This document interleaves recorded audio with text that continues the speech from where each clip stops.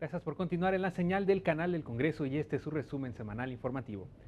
En las instalaciones del Palacio Legislativo de San Lázaro se presentaron los resultados de la cuenta pública del año 2014, elaborados por la Auditoría Superior de la Federación y entregados a la Comisión de Vigilancia de este órgano fiscalizador, tal como lo establece la ley en la materia. Los presidentes de la mesa directiva y de la Junta de Coordinación Política de la Cámara de Diputados se refirieron a la labor fiscalizadora de los parlamentarios. Con los datos contenidos en el informe estaremos constatando una parte importante de la situación en la que se encuentra la Administración Pública Federal, los programas gubernamentales y políticas públicas. Sabremos qué tanto hemos avanzado o retrocedido en temas cruciales como educación, salud, seguridad social, medio ambiente, energía y combate a la corrupción. Y que necesitamos también construir acuerdos políticos elementales para hacerla mucho más eficiente y para hacerla mucho más práctica. Creo que lo habremos de hacer como se hace hoy el trabajo legislativo, de cara a la ciudadanía y escuchando, por supuesto, a los especialistas. El presidente de la Comisión de Vigilancia de la Auditoría Superior de la Federación, Luis Maldonado, habló sobre los criterios que diputadas y diputados utilizarán para el análisis de los resultados. Debemos privilegiar los principios de objetividad, las convicciones éticas y un profundo respeto a la autonomía de la Auditoría Superior de la Federación, sin desdoro de cuidar precisamente los principios fundamentales de imparcialidad que revisten a las acciones de esta institución. Diputadas y diputados de los grupos parlamentarios representados en esta legislatura emitieron posicionamientos sobre las tareas fiscalizadoras de los parlamentarios y de los pendientes legislativos en materia de transparencia, rendición de cuentas y lucha contra la corrupción.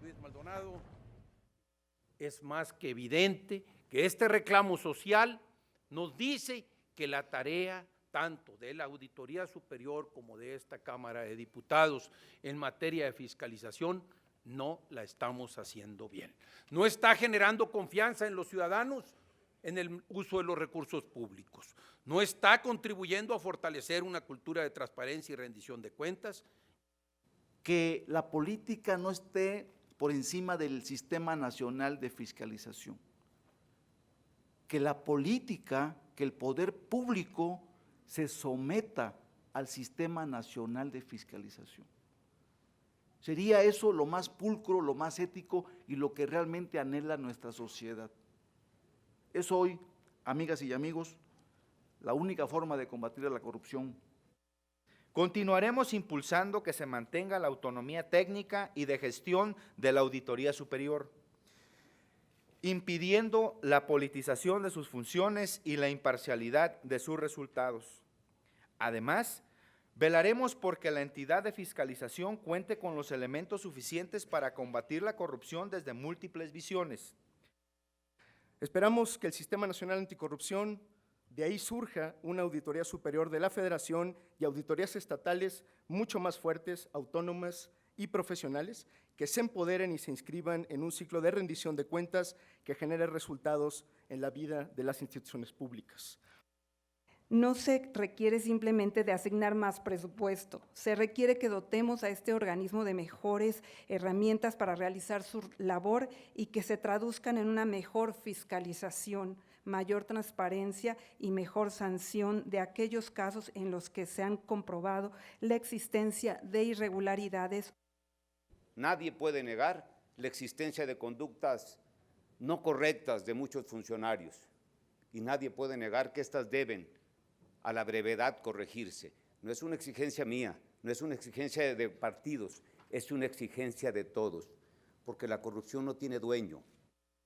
Por ello debemos comenzar poniendo el ejemplo en esta misma Cámara de Diputados, pues en pleno incumplimiento de toda norma no se han dictaminado las cuentas públicas 2003, 4, 5, 6, 10, 11 y 12. Entonces, ¿con qué calidad moral exigimos lo que no hemos sido capaces de dar? No vemos un esfuerzo por presentar denuncias ante la Procuraduría General de la República y la Secretaría de la Función Pública. a efecto de que las irregularidades detectadas no solo se solventen y se recuperen los bienes públicos, sino para que también se persigan los delitos cometidos y se inhabilite a quienes hayan incurrido en conductas indebidas. Debemos entenderlo, la fiscalización llegó para quedarse. La única manera y la mejor para demostrar nuestro compromiso por la fiscalización es nuestro respaldo sin condiciones a las resoluciones de la Auditoría Superior de la Federación. Solo así tendremos fiscalización objetiva, concluyente y permanente, más allá de cualquier agenda electoral. Al hacer uso de la palabra, el titular de la Auditoría Superior de la Federación incluyó un total de 1.659 informes individuales, 748 auditorías de cumplimiento financiero, 897 auditorías de desempeño, 8 evaluaciones de políticas públicas, 5 estudios y una revisión de situación excepcional. Las denuncias de hecho correspondientes a la cuenta pública 2014 se presentarán conforme a lo dispuesto en la Ley de Fiscalización y Rendición de Cuentas de la Federación cuando se tengan los elementos para tal efecto, como la ASF lo ha venido haciendo en años anteriores. El análisis de la cuenta pública arrojó 8.247 acciones, de las cuales 3.365 son recomendaciones, 1.207 son solicitudes de aclaración, 75 promociones de comprobación fiscal, 1.871 promociones ante Contralorías Internas de responsabilidades administrativas sancionatorias y 1.641 pliegos de observaciones con presunción de daño patrimonial. Los recursos no aplicados al 31 de diciembre de ese año ascendieron a 63.607.2 millones de pesos, lo cual implica el incumplimiento de metas y objetivos de los programas, así como la posibilidad de un ulterior uso indebido de los recursos. Luego de entregar los resultados del análisis de la cuenta pública 2014, el Auditor Superior de la Federación adelantó que se detectaron 1.641 pliegos de observaciones con presunción de daño patrimonial y apuntó que esa cantidad se reducirá una vez que los entes auditados aporten las pruebas correspondientes del ejercicio de los recursos públicos dentro de los siguientes 30 días hábiles. Exacto para lo que se aprobó en los no son faltas a la normatividad, deficiencias de control, no. Aquí estamos observando que hay gastos o pagos que no están debidamente sustentados. Tenemos esperanzas que el nuevo sistema penal acusatorio facilite el que esto camine mejor, aunque estamos preocupados por la forma como opera estos juicios orales, en donde habrá riesgos para poder demostrar oralmente, cuál es la falla que se tiene.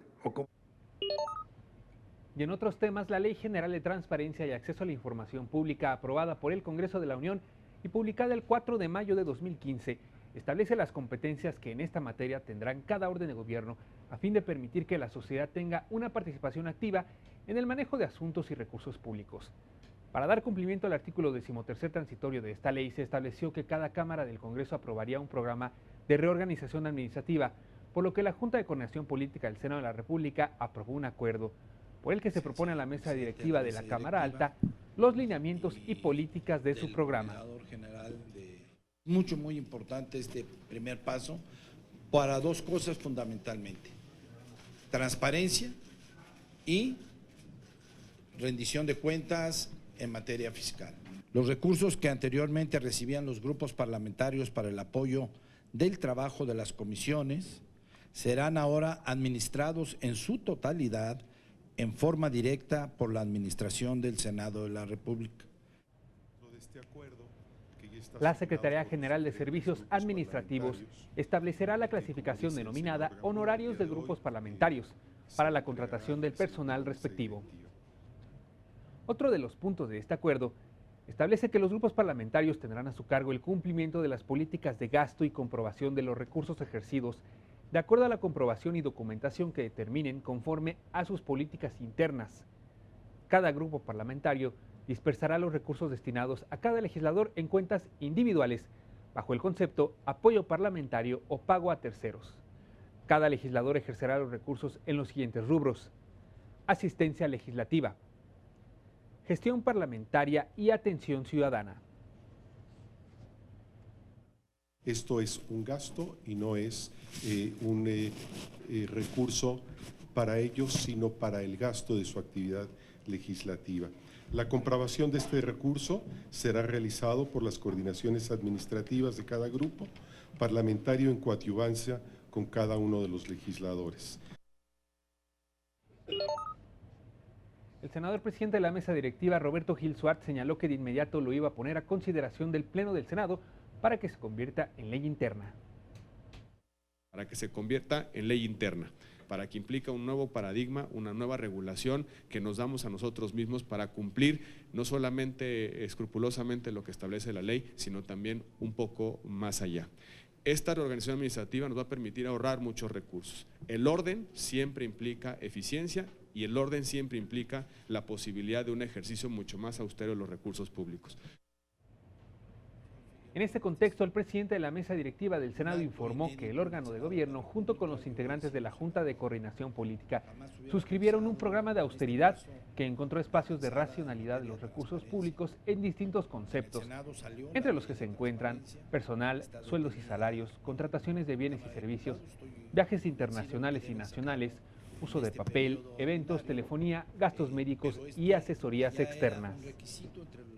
Había mucha inquietud por parte de la sociedad mexicana, y lo entendemos muy bien, de cómo se manejan los recursos públicos, son derivados de impuestos, y quién los gasta, cómo se gastan, en qué rubros se gastan, y esto es lo que estamos haciendo con este documento. ¿Dónde podíamos ahorrar y dónde podríamos apretarnos el cinturón? En las condiciones que vive el país, pero sobre todo bajo la sensibilidad de que el Senado es uno de los primeros obligados en ejercer correctamente sus recursos, porque hemos hecho reformas para otros en esa misma dirección. Y bueno, el jueves 18 de febrero el programa de reorganización fue aprobado por el Pleno del Senado de la República, donde también se llevaron a cabo las audiencias públicas sobre la Ley General en materia de tortura, que buscan la inclusión de delitos conexos y elevar los preceptos a estándares internacionales. Aquí toda la información. No podemos eliminarla si no suprimimos, si no actuamos en casos que parezcan pequeños, en detenciones arbitrarias. No tenemos una sola condena en este país por detención arbitraria. No está tipificada la detención arbitraria, en sí misma no está tipificada. ¿Cómo queríamos no tener tortura si hacemos todo lo posible para tenerla? Si se excluye una prueba por haber sido obtenida en contravención de derechos fundamentales, tiene que haber un responsable de esa obtención. Y esta responsabilidad debe llegar, en mi concepto, hasta sus últimas consecuencias, porque lo que no podemos permitirnos, entre otras cosas porque queremos que las causas penales se ganen para los intereses de la representación social, no podemos permitir que haya simulaciones. Que mediante esta ley se propongan unidades especializadas en las instituciones de procuración de justicia que implicarían una mejor investigación, atención y sanción de estos delitos a fin de que se castiguen los que resulten responsables. Los servidores públicos que previenen, investigan y administran justicia deben de tener conocimientos profesionales para ello. Lo que necesitamos es elevarle el peso político al área que va a investigar y sugerimos que se cree una fiscalía especializada en donde su nombramiento del fiscal o la fiscal no sea exclusivo de la procuradora, en este caso, o de la fiscal o el fiscal cuando se cree la Fiscalía General, sino que sea un nombramiento en donde comparta el Congreso Federal. La investigación tiene que ser desformalizada, ¿no? Ese es un cambio bien importante dentro de nuestro régimen. Debe haber un principio de libertad probatoria, ¿no?, para los efectos de poder investigar adecuadamente el delito. Y esto creo que es bien importante que se respete también por lo que hace a las investigaciones sobre tortura. Posteriormente se llevó a cabo una mesa de trabajo cuyo objetivo fue analizar y compartir propuestas acerca de la tipificación del delito de tortura. En primera instancia participó Juan Pablo Pampillo Baliño, funcionario de la PGR, quien explicó el contenido y proceso de redacción de la propuesta enviada por el Ejecutivo, y por otra parte, representantes de la sociedad civil opinaron acerca de aquellos temas que deberá contener el ordenamiento legal, tales como el diseño institucional para el combate a los tratos crueles o añadir agravantes cuando este delito se efectúe contra mujeres. Se reconoce además la imprescriptibilidad del delito de la tortura. Esta última consideración es un gran avance y se incluye a partir de la petición unánime de expertos y representantes de organismos y organizaciones de la sociedad civil, quienes están a cargo de la defensa de los derechos humanos. Asimismo, necesitamos contar con un instituto independiente y autónomo para la elaboración de los exámenes y dictámenes, a fin de quitar que sean las propias procuradurías o las propias despachos particulares los que pudieran emitir algún dictamen. Que la ley contemple procedimientos adecuados y diferenciados para mujeres sobrevivientes de tortura, en temas como la atención médica y psicológica, la toma de la denuncia, la documentación de las posibles secuelas, la investigación penal y la reparación. Esto debe ir más allá del derecho de las mujeres. El diagnóstico institucional del que hablo debe ser base para una reforma institucional, claro, pero también para asideros en la ley, asideros para una reforma institucional en la ley. Es decir, esta ley general contra la tortura debe contener asideros para reingeniería institucional. La tercera visitadora general de la Comisión Nacional de los Derechos Humanos dijo que se debe poner especial atención en el tema de prevención de la tortura. Para ello es fundamental reforzar las acciones que se encaminen a ello. Por su parte, Javier Enríquez Gam criticó el proyecto de reforma en materia, particularmente la referencia al protocolo de Estambul.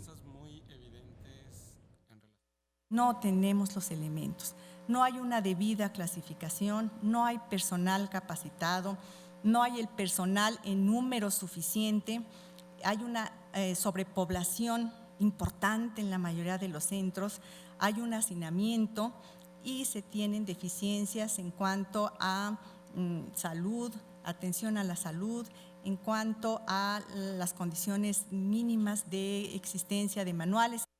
No sé, pero el querer poner en la ley el término de evaluación médico-psicológica equivalente a protocolo de Estambul no tiene lo mínimo necesario. Discúlpeme, pero la ley de la iniciativa nunca marca el protocolo de Estambul.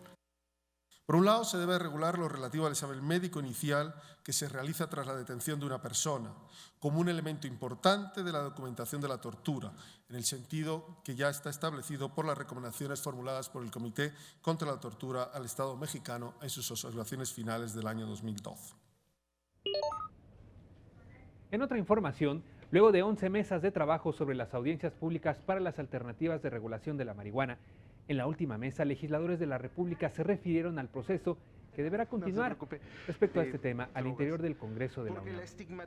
Los legisladores anticiparon que habrá una segunda etapa de análisis y presentación de propuestas. Quienes consumen drogas ilegales. Realizando los trabajos técnicos, estaremos convocándolos con los académicos, con los miembros de la sociedad civil y estaremos haciendo la presentación los propios grupos parlamentarios para poder llegar a hacer la propuesta y hacer la reforma que se requiere.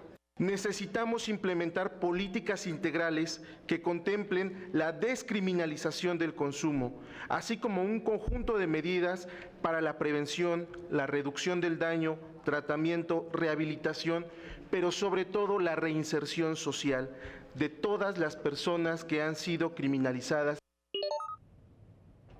Posteriormente, representantes de la Academia, el Instituto Nacional de Salud Pública y el gobernador de Morelos, Graco Ramírez Garrido, discutieron acerca de cuál debería ser el diseño de las políticas públicas para regular el uso de la cannabis desde una perspectiva basada en la actual lucha contra el trasiego de drogas. Los panelistas aportaron propuestas y manifestaron su postura sobre una posible legalización del uso de esta sustancia. Si México en un futuro permite los clubes sociales de cannabis, es importante que estos estén regulados y con licencias responsables. Los clubes individuales tienen que tener una licencia, la persona que opera los clubes tiene que tener una licencia. Aún para quienes piensan que el consumo de marihuana debe evitarse o desincentivarse, debe quedar claro que el modelo que se sigue actualmente no funciona para evitar que la sociedad consuma menos drogas, no funcionó en el país más poderoso del mundo con los mayores recursos y mejor capacidad intelectual, no va a funcionar aquí tampoco. Pero esta empresa pues tendría ese mandato de hacerlo y de mantener bien informada a la sociedad. Y la empresa, por ley, estaría obligada a cumplir con los objetivos de salud pública que se le determine. Entonces, bueno, aquí es más burocracia, sí, pero aquí el beneficio potencial es que tendríamos un responsable gubernamental. Hay que plantearnos las cualidades del mercado de la cannabis, de la industria de la cannabis. No es un tema solamente del consumo para fumarlo, sino es también las posibilidades que tiene la cannabis para darnos oportunidad de 2.500 productos y subproductos derivados del cáñamo. Totalmente en desacuerdo de resignarnos a que nos quedemos con la pura legalización médica y ahí muere. Me parece que sería un error gravísimo que así sucediera, pero peor error sería que los que hemos sido partidarios de la legalización desde hace mucho tiempo lo aceptáramos sin más.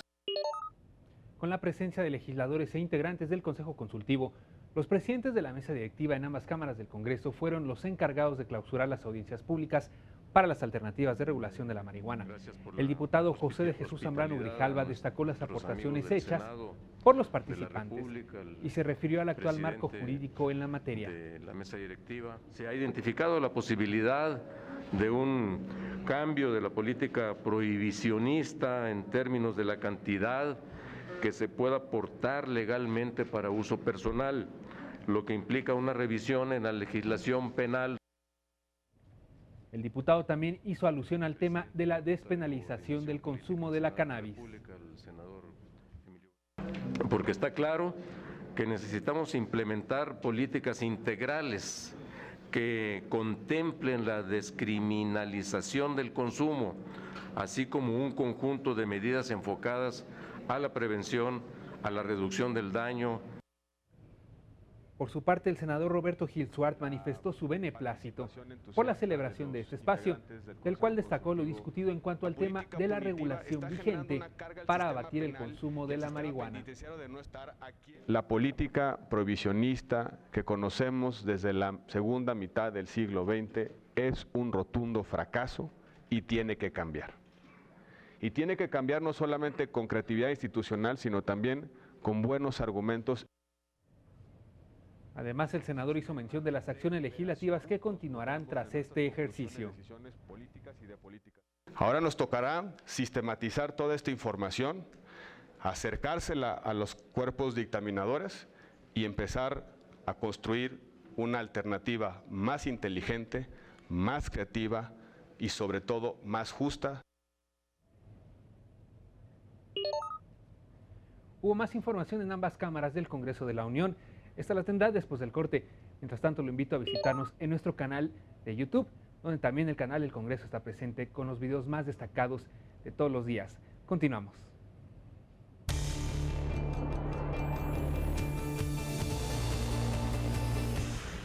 En el Senado de la República se realizó el taller en materia de vivienda y ordenamiento territorial.